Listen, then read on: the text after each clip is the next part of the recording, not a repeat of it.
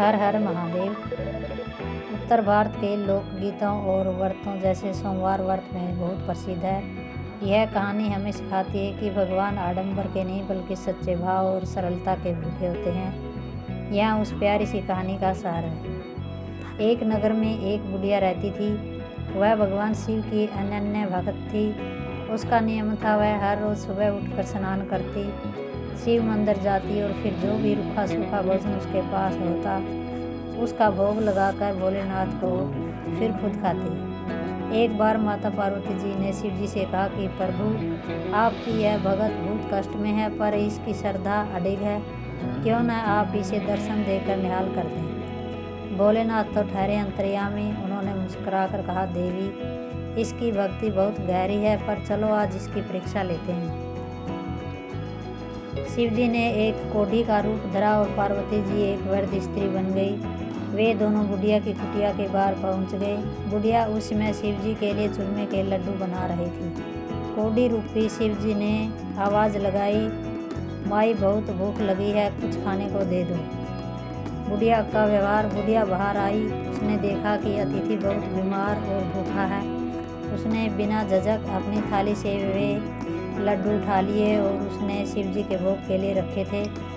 पार्वती जी वेश बदल कर बोली, अरे माई, ये तो तूने अपने ठाकुर जी के लिए बनाए थे, इस गंदे कोढ़ी को क्यों खिला रही हो। बुढ़िया ने सरलता से उत्तर दिया, अरे बहन, मेरे भोलेनाथ तो हर जीव में बसते हैं, अगर उस भूखे का पेट भर गया तो समझो मेरे शिव का भोग लग गया। बुढ़िया की निस्वार्थ भावना देखकर शिव जी प्रसन्न हो गए और उन्होंने अपना असली रूप प्रकट किया। उन्होंने कहा, माई, मांग, क्या मांगती है। बुढ़िया बहुत गरीब थी पर उसे समझ नहीं आ रहा था कि क्या मांगे। पड़ोसियों ने उसे बहुत कुछ सिखाया, धन मांग ले, आंखें मांग ले, बेटा मांग ले। बुढ़िया ने बड़ी चतुराई से एक वरदान मांगा, प्रभु, बस इतनी कृपा कर दो कि मैं अपने पोते को सोने के कटोरे में दूध पीता देखूं। इस छोटे से वरदान में उसने सब कुछ मांग लिया। पोता यानी उसका बेटा हो और उसकी लंबी आयु हो।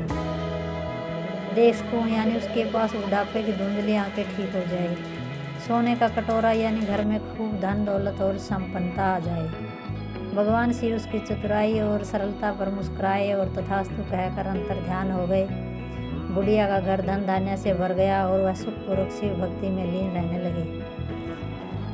इस कहानी से हमें यह सीख मिलती है कि भाव प्रदान ईश्वर को 56 भोग नहीं, भक्त का सच्चा प्रेम चाहिए। किसी भूखे की सेवा करना ही सबसे बड़ी पूजा है। भोलेनाथ को भगवान शिव के नाम से जाना जाता है, जो हिंदू धर्म के सबसे प्रमुख और पूजनीय देवताओं में से एक है।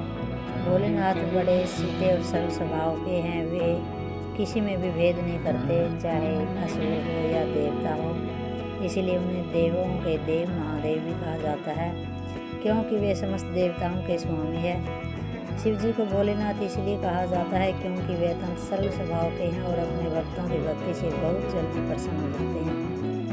उनका निवास स्थान पवित्र कैलाश पर्वत माना जाता है, जहाँ वे ध्यान मुद्रा में लीन रहते हैं।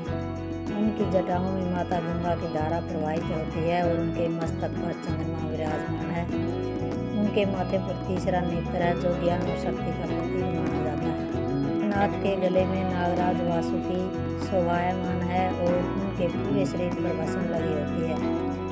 उनके हाथों में त्रिशूल और डमरू रहते हैं, जो सृष्टि के संतुलन और संगीत के प्रतीक हैं। सृष्टि की रक्षा के लिए समुद्र मंथन के दौरान विष पीने के कारण उन्हें नीलकंठ भी कहा जाता है। महाशिवरात्रि भोलेनाथ का सबसे बड़ा और पावन पर्व है, जिसे दुनिया भर में उनके भक्त श्रद्धा के साथ मनाते हैं। हर हर महादेव।